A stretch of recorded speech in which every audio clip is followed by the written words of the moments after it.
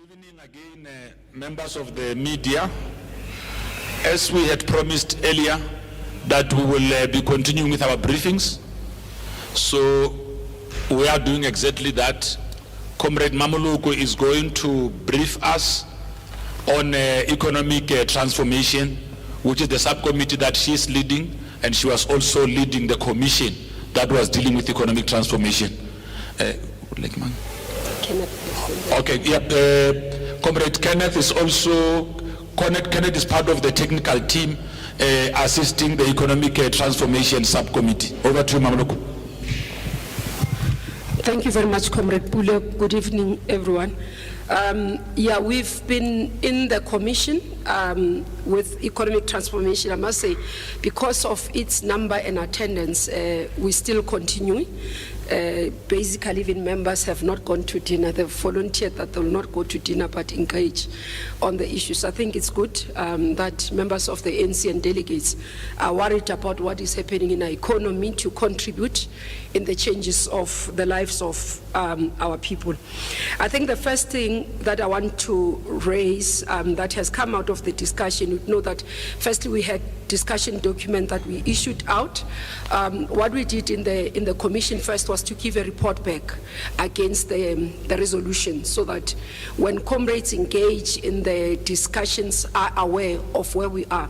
Obviously, the discussion or the report would be about where we are, where we have achieved, where we have not been achieved, and explanations, and some would be accepted, some would not be accepted by members of the delegates. More around, I'll have 5 key areas that I think for me are flagged, and it might not be all issues, but which I think are more highlighted. I think the first thing, there was a common theme around concerns around unemployment, especially for youth unemployment, and mainly even some call to declare it a national crisis, that we can't continue like this. We've got to be able to respond and put mechanisms to be able to respond to issues of unemployment, especially youth unemployment. Then the other issue that came, delegates, as I talk about the issues of where we have progress, the issue reaffirmation of State Bank, a necessity, and therefore almost saying that we should be able to fast track this, and it's unacceptable that we have not been able to implement it. So that has come through. The issue of expropriation of land came through as a discussion as well, where we were able to give report, acknowledgement that the expropriation bill is there. It was balanced discussions, and also sort of looking at what is it that we can do, and more delegates were saying we still have to try and pursue other parties to join us in this area so that we can be able to see the amendment of Section 25, but more reaffirming, acknowledging that yes, there is shortfall in terms of numbers of ANC in Parliament, but there was a feeling that we shouldn't drop this as a resolution. We must reaffirm it, but also agree that there is a need for more engagement and consultation, but trying to pursue others to join us on this area, and in the manner that we approach it, be strategic and see where areas that we can be able to bring other people in. The issue of energy security came strong as well, with discussions which are not yet concluded as well, around just transition. Strong feeling that we shouldn't compromise the security in terms of security of supply, but also the issue more around concerns around communities, where others were almost sharing experience to say, when you decommission, for example, plants, don't only concern yourself with employees of Eskom, but think about the coal mines that are supporting or supplying that particular plant, and also to be able to do energy, the just transition in the pace and scale that the country can afford, but also not leaving anyone behind, so inclusive. So that message has come through, and also to say we need to be able to see, there was consensus that there is a need to protect and ensure Eskom comes back to efficiency. Several of suggestions were provided, again on state-owned entities linked to Eskom as well. The issue of ensuring that we identify strategic entities that can be able to assist in the developmental agenda, and also almost around trying to ensure that they survive. A balanced discussion on that one as well, because others were still arguing that you should have quite an approach of state-owned entities overall in terms of being protected and being in the hands of the state, while others do understand that some don't have a strategic role to play in terms of development. The issue of South African Reserve Bank came up, where we give a report as well in terms of the issue around nationalization and also the process thereof. It's still in the process now being engaged, not yet finalized, but more around are there mechanisms that we can do to look at, for example, the mandate, but not necessarily temporary with the mandate in the constitutional amendment, asking us to go and do a proper research. If we could be able to ask the Reserve Bank to intervene, for example, in sectors that can support us in employment and turning around and contributing to job growth over and above the issue of inflation targeting. So those are some of the areas that I just thought I should flag in terms of the discussion. There's quite affirmation in terms of women participation in the economy, and also the issues around 40% to be able to be set aside. But the issue of public procurement that should be used as a tool for transformation came as well very strongly, and the need for us to look at recapitalization of DFIs, so that they can be able to play a developmental role but support SMMEs and also transformational agenda. So those are the critical areas, not exhaustive to everything that has been discussed, but I thought I could flag those as part of the highlights of the discussions. Thanks, Comrade Bull. Okay, no, thanks Mmamoloko for that update. We can now open the floor for questions. Okay, in that order. Can we just have someone helping with the roving mic? Okay, you can start. Just introduce yourself and which media outlets, or take all the questions and then you can answer. Thank you very much. Minister Kubay, it's Carol Payton from News 24 over here. Minister, was the proposal that a holding company be formed for state-owned enterprises, the commercial state-owned enterprises, and that they all be put under that? Yeah, can you just oh, sorry, yes. This better. Sorry, I was asking the proposal that Minister Gordhan has put in government around a holding company for state-owned enterprises. Has that been accepted by delegates? And secondly, on energy security, has the plan that President Ramaphosa put to the nation earlier this week, has that been endorsed by delegates, or are there some reservations? Thanks.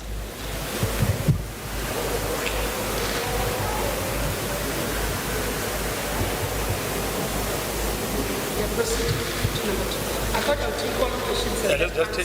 Just take all the questions and then she will answer once. My name is Teto Mahlakwana. I'm with Eyewitness News. On the issue of seeking or even discussing declaring unemployment as a national crisis, Can you please hold the mic closer? Yeah. On declaring unemployment as a national crisis, could the minister please articulate what exactly it is that would be unlocked by declaring it a national crisis? What is it that government is unable to do now that such a declaration would enable government to do? Also on the back of the fact that government knows that employment is not particularly created by the state alone. My second question is on energy. The question around what is now dubbed Eskom 2.0, has that come up at all in the discussions? Is it something that delegates feel can be ventilated enough to become a reality? Thank you.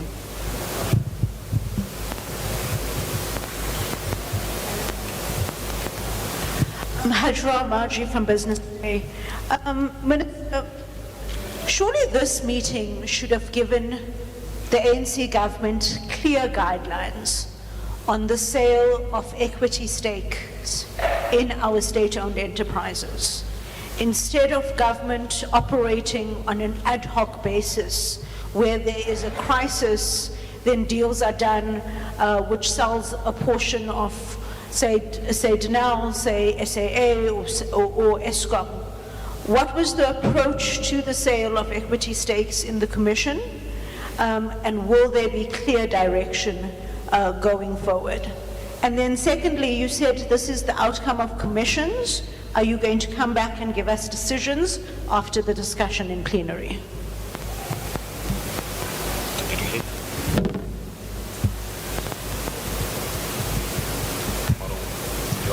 Hi, my name is Sam Kokeli. I'm an independent journalist.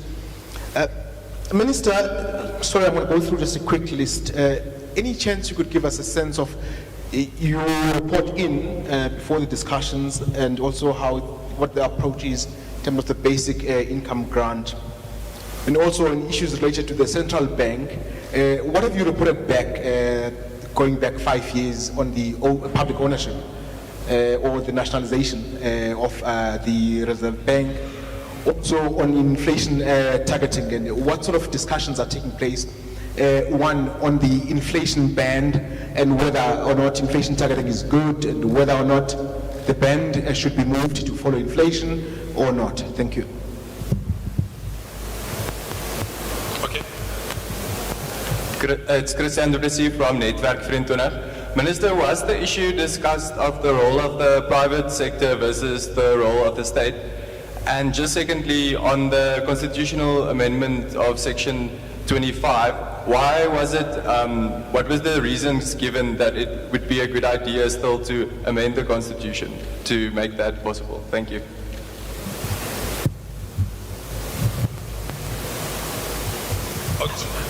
Do we have another hand?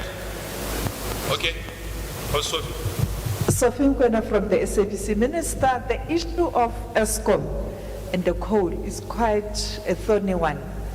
Limpopo and Mpumalanga are adamant that much as you talk about just transition, the issue of coal, the government must review the agreements, particularly at a time where your G7 countries, some of them, are now going back to coal, China building those power stations, and of course Russia very critical about this agreement of doing away abruptly with coal, which will lead to ghost towns, particularly in Limpopo and Mpumalanga.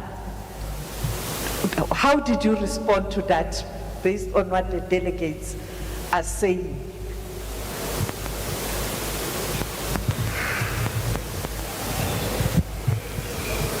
Thank you so much. It's Governor Whittles from ENCA. Chairperson, did the Commission discuss at all whether or not some SOEs should be sold to raise money to rehabilitate other SOEs that are in trouble financially? If so, which SOEs have been targeted? Thanks. Gavin, can you just repeat yourself? Did the Commission discuss at all whether any SOEs should be sold to help other SOEs that are in trouble financially? If so, which SOEs? So more like privatized.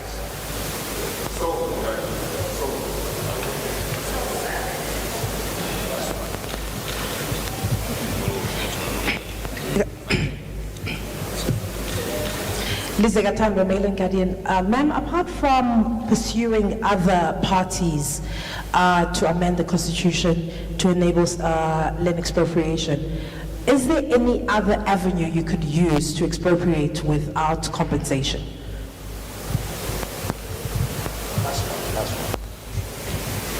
Thank you. This is Erin Bates from Business Day.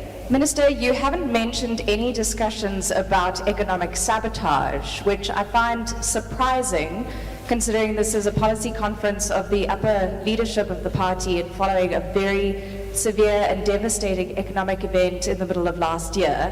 Perhaps it did come up and you haven't mentioned it. If it did, what was discussed on that score? And if it didn't, why wasn't it? Thank you. Did you say your name? And Erin Bates from Business Day. Erin Bates from Business Day.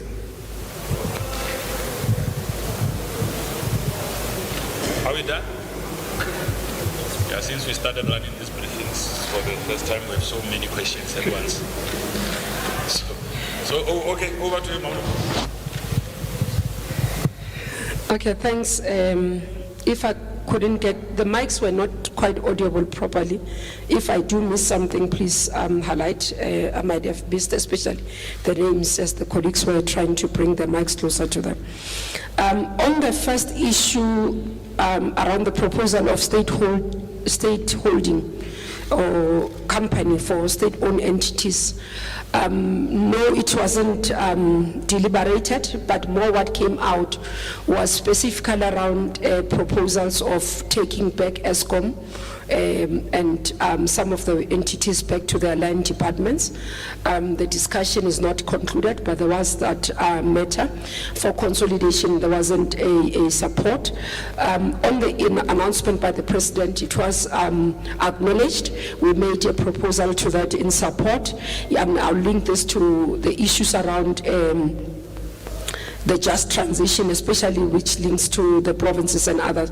I think colleagues asked about the provinces link. I'll talk to that, but there is support for that. Acknowledgement that there is a stop measure that we need to deal with and those issues. But other issues came on top of that around just transition specifically. I'll go into detail on that one.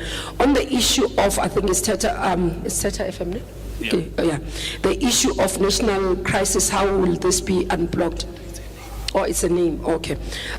Because I was battling, Pule was trying to help me. On the issue of unemployment, especially of youth, being declared a national crisis, how do we see it being unlocked?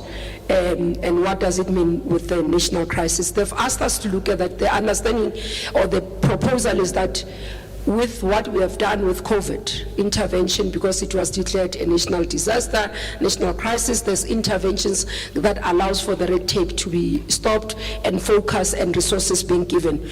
But remember, this is policy discussion, so the implementation and the how part needs to be done by the state. On the issue of energy company number 2 was not discussed. None of the delegates, I would be lying if I say there was support for it. It's something that went into mute, similarly like the issue of holding company, it went into mute. On the issue around clear guidelines, I think on Hajra, you're saying on the state-owned entities, if they are to be disposed of or in. Currently, what we proposed in the commission is around the issue of reconfiguration. You would understand this was a resolution in the last conference, so it got to be reaffirmed. So it's not an issue to say, commission would say this is how it should be done. But the issue around, and I'll link that to the question around concerns on the issue between public and private ownership, it was flagged that we shouldn't forget our mandate as developmental mandate. We must continue to ensure that the state plays a central role in ensuring that there's a developmental mandate while we continue to reaffirm the mixed economy, both in terms of ensuring that there's private and public sector playing. The issue of PIC didn't come through. We expect it to come in the Social Transformation Commission. In the economic one, it didn't come through because we didn't have it as a proposal, because the social transformation will have it. We reflected as a subcommittee to say what would be our response on it. So it's not much on that one. On the issue of the nationalization of the Reserve Bank, the explanation, what we gave as the explanation is that the shareholding that are holding there are not publicly listed shareholding, if I may say. They're not. So if you are to buy those shares, it's dependent on the shareholder, the amount they are selling. So we did give that explanation. And as I say, in terms of the issues around nationalization, and therefore we don't think we should be able to buy in an excessive amount. But secondly was the issue that if you need to take back the shares or nationalize those shares, it means you must amend the constitution, and that's what we gave as an explanation. Though there's still discussions around it, but we think that in the manner that we have given an explanation, it does give. But more around what we're coming across is that conversation is driven by the fact that people are feeling that there is more that the Reserve Bank should be able to do. So it's that driven to say, because you are not seeing this output in intervention, therefore you need to nationalize. So that's why we're dealing with the issue of the mandate. Is there space? And what are the models? And therefore, what we think is the discussion, what comes is a discussion is more around, can we investigate more ways of doing it? Specifically not overall giving a blanket mandate, but to say within strategic sectors that you can intervene with those. So I hope that is clear. I spoke to the issue of the role of private and public sector.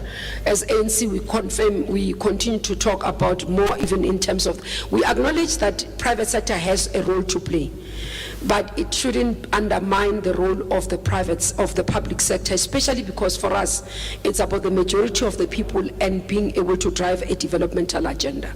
So the commission says to us, we should not go to the point that we depend on private sector to be able to fulfill our mandate, because it becomes difficult if private sector doesn't, and therefore it will be an issue.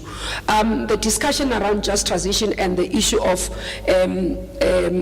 coal. There wasn't discussion or comparing with other European countries and what is happening in Russia and the West. There wasn't that.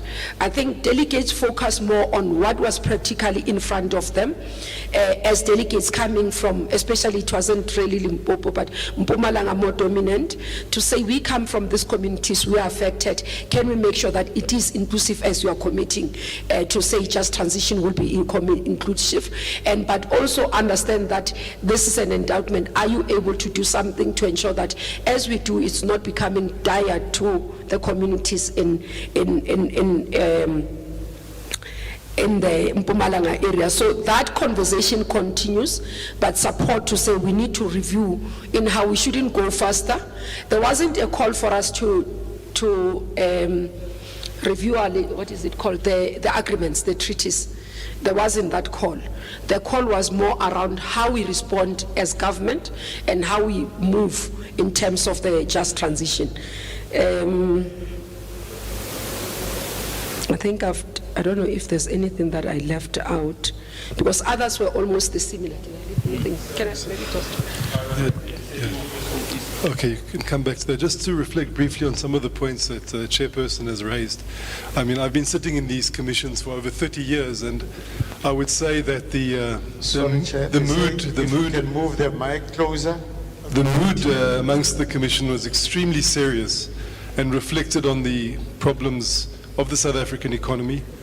As the Chairperson has said, the cost of living crisis that the people are facing was dealt with in some detail as to what responses and whether the fuel price can continue to be managed better, as well as the questions of the electricity crisis. There was a real seriousness from very high-level ANC members to former president, a president, a former president in the Commission, down to Youth League members. A very large and well-attended Commission. On the electricity side, there was support for the interventions that government has announced to end the load shedding as quickly as possible. There was also concern that in implementing that the state-owned entity of Eskom must not be weakened, but must be strengthened in order to play its role in the longer term as it is restructured. With regard to the Reserve Bank, as the Chairperson has said, there was no question of trying to compromise the independence of the Reserve Bank, but rather a concern regarding the historical anomaly that, unlike most other countries, the South African Reserve Bank has got private shareholders. And there's a view that that might in fact compromise the way that the bank is perceived by ordinary South Africans when it's meant to be a state-owned bank.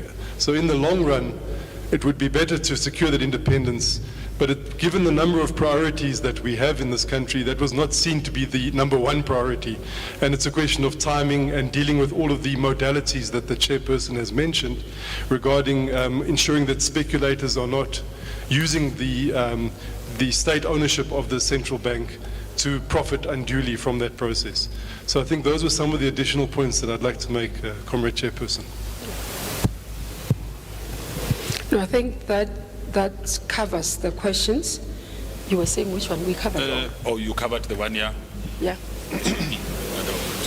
No, on the SOE, remember we proposed that we need to look at the as state-owned entities in terms of their role, strategic nature and developmental. And as I said when I spoke, is that the emphasis was that we should not compromise the developmental nature of what state has to do. So there wasn't really to say we don't agree with the rationalization of state-owned entities, but there was an issue feeling that there are certain state-owned entities, particularly, for example, Dinel was mentioned that we need to do whatever it takes to protect and save Dinel, for example, in terms of ensuring that it can be able to recover because of its strategic nature in the economy. You said what is his name? Kenneth, journalist. Sorry. His name, I've got Kenneth Kramer, is an economist who's part, as I said previously, as in the team, I have a team of specialists that we work with that are technical supporting, so the others are left that side, and we're working, because the chair of the session couldn't come to be with me, because the meeting was still proceeding. I think with others you'll find the chair of the commission and the chair of the session and the rapporteur, so I couldn't come alone. Who's chairing the session? Yeah, Comrade Enoch is chairing the session actually, so he's still that side, that's why I'm here. Okay, no, thanks. This is the last round. Okay. Roving Mike, Brawili.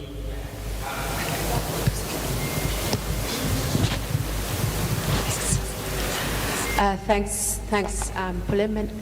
Minister, the wording that you used now on the retirement of coal at a pace and scale the country can afford. Now, that wording is going to provoke a lot of debate and interest.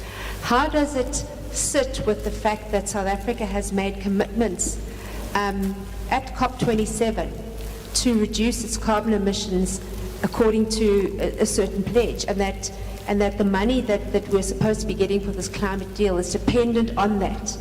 Does that pace and scale, does that alter our national determined contribution? Thanks.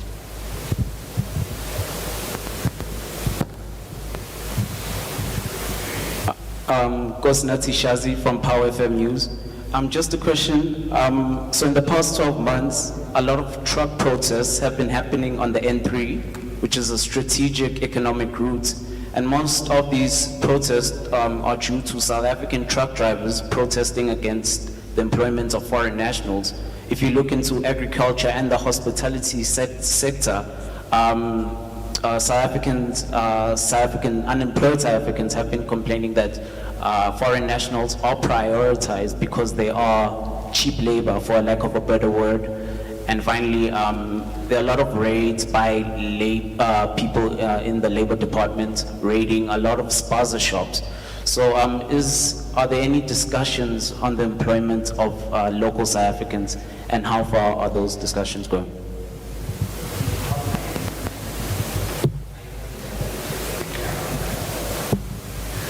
Thank you. My name is Peter de Toor. I'm from News 24. My question is to Mr. Creamer. You said that delegates wanted Eskom strengthened and not weakened. What does strengthened entail, and what does weakened mean?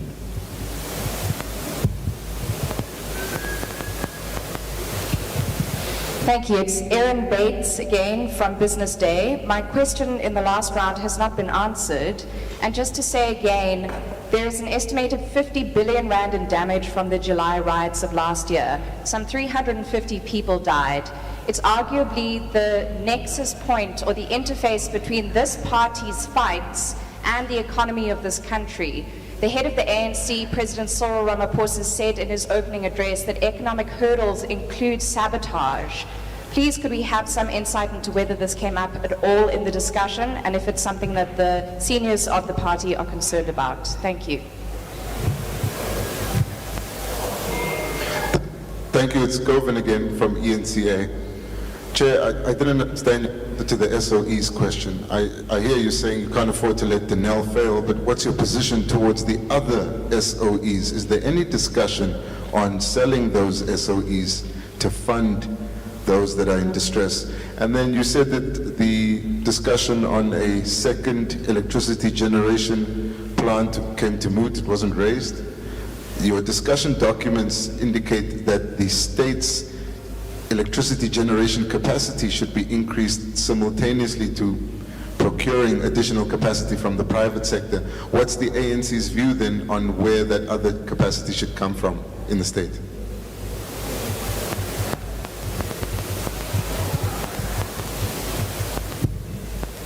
So I'm Hlakwana again.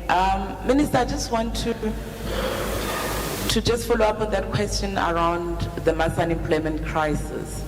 So I want to make sure I understand it correctly. By declaring it a national crisis, would that then mean by saying you're going to apply the same methods as to